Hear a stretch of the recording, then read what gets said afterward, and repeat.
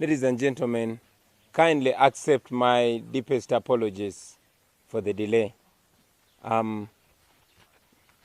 don't want to go into the details, but I had to have a lengthy phone interview, and I'm having a lot of interviews that I hadn't scheduled. You see, I'm not yet used to being president-elect, so kindly take my apologies. Over. It is just beginning. Fellow Ugandans here in Uganda and abroad, I bring greetings to you. First of all, let me take this opportunity to thank all Ugandans for turning up in massive numbers to vote. We saw millions of Ugandans lined up to vote in different areas across the country. It was definitely unprecedented. Thank you very much for accepting our message to turn up in large numbers and vote. Thank you for taking seriously, very seriously, matters pertaining our country, Uganda. I also want to appreciate all the citizens for voting for change. I have no doubt in my mind that the vast majority of you Ugandans voted for change yesterday.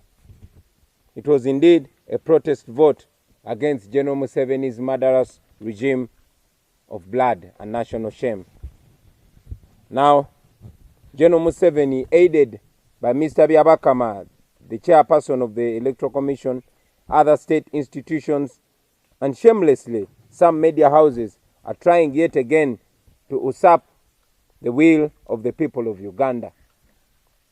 The people of Uganda voted massively for change of leadership from a dictatorship to a democratic government. But Mr. Museveni is deliberately trying to paint a picture that he is in the lead. What a joke. Last night, even before counting was completed in some districts, NBS television started broadcasting results showing that General Museveni was leading by 63%.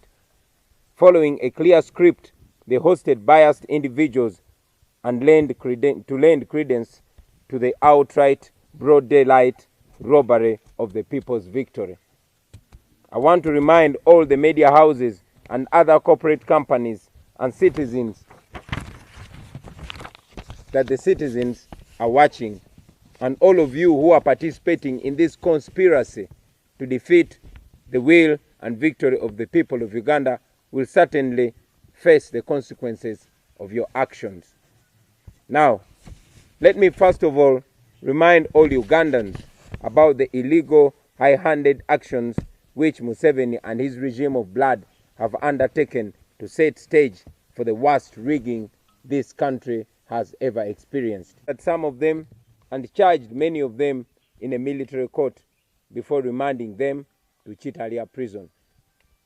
These comrades had already taken on critical roles not only on the campaign trail but also supervisory roles on the election day.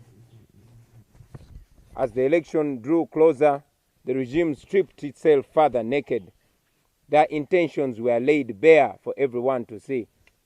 First, they switched off social media to prevent Ugandans from communicating as well as following what was going on in the election.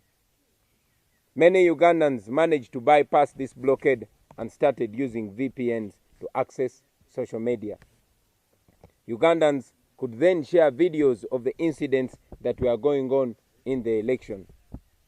The regime had another problem on its hand. On the 3rd of January, we had announced the U-Vote application. This is the app which we had developed over time. We developed this app to enable us to receive results from across the country in record time. The app had other functionaries. Citizens would have been able to upload the videos and incidences that were going on in various parts of the country.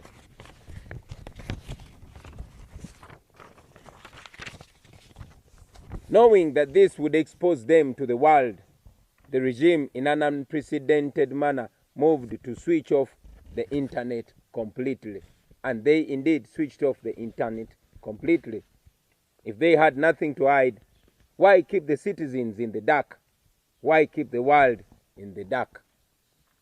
they denied accreditation to election observers, including the European Union and the United States.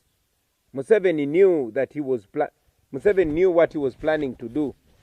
He could not stand an election being observed by independent poll observers.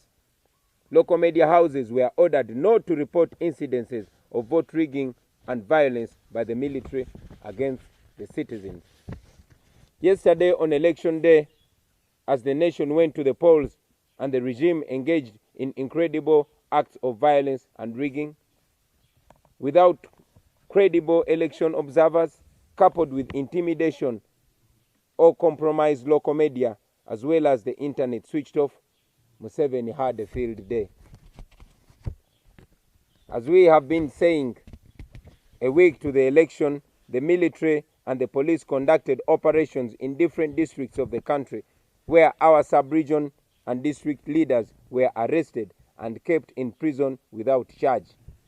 Many of them in the districts of Lira, Moroto, Bunyangabo, Bundibujo, and very many others were arrested, only to be released yesterday evening after election without any charge. Yesterday in Western Uganda and Northern Uganda, many of our polling agents were arrested and many chased away from polling stations. This happened in various counties and sub-counties of all districts in Western Uganda, as well as areas of Northern Uganda. In Kamwenje, Minister Frank Tumwebaze ordered for the arrest of all our polling agents within the district. In Butaleja, in the eastern region, Minister Irene Muloni ordered the guards to beat up all our polling agents and detain them. Let me make this unequivocally clear. Almost in the entire region of Western Uganda and Northern Uganda, there was actually no voting. We received thousands of calls and messages telling us how the election was a complete sham in those areas. In Bunyangabo, in Chitagwenda, in Kabale, in Rubanda, in Barara, in Chiruhura, in Kazo, and Isinjiro, and many other districts, there was no secret ballot in most polling stations. The military gave people pre-ticked ballots. They gave them pre-ticked ballot papers. In other cases, some people were ordered to vote from the desk in the presence of everyone. In Kwania, in Bulambuli, in Karenga, and many other places, some ballot boxes were opened and ballot papers were put in there.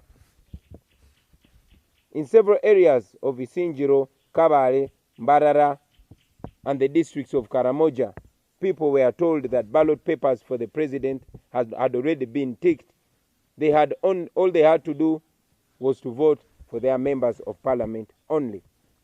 Good enough, some of these irregularities were recorded on video, although in some areas the military confiscated or destroyed the phones and cameras that were being used to record these grave irregularities.